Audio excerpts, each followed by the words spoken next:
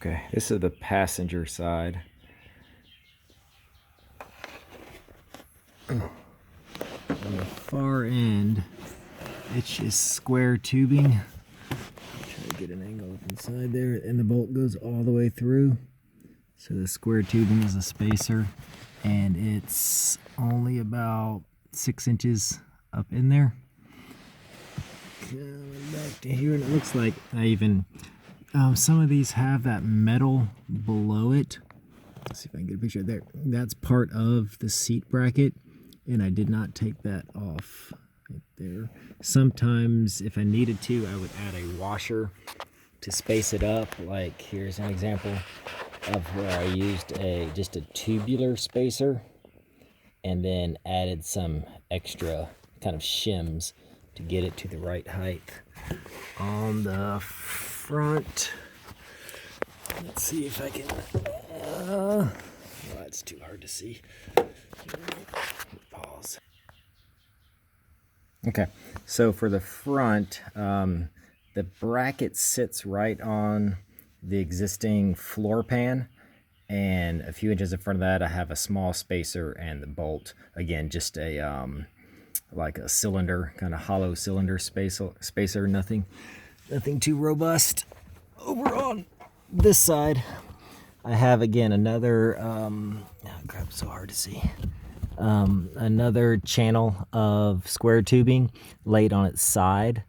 And I don't know what the actual height is. I'm gonna guess about 1.5 inches, somewhere around there. And again, finding a bolt that would fit inside the channel and let the seat slide all the way forward is important. So I just used the biggest bolt that would fit in there. And they most usually allowed for the seat to go through. Like there's nothing fancy about the hardware. It's just hex head, you know, standard thread stuff. I'm gonna take a look at the driver's side next.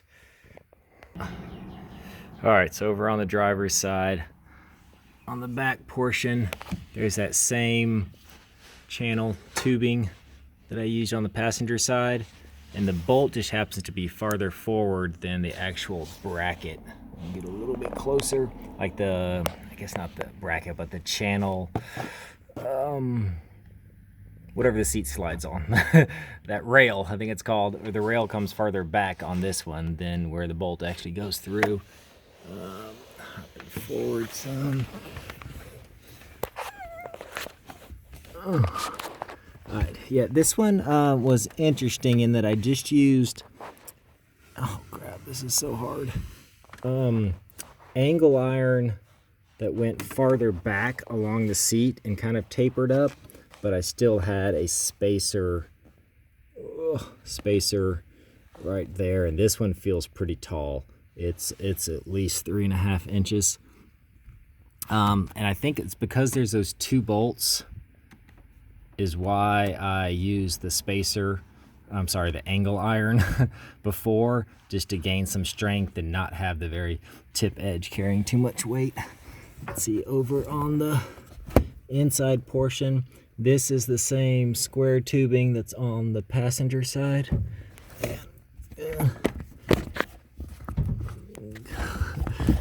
what happens when you try to tuck everything away and then you can't get to it.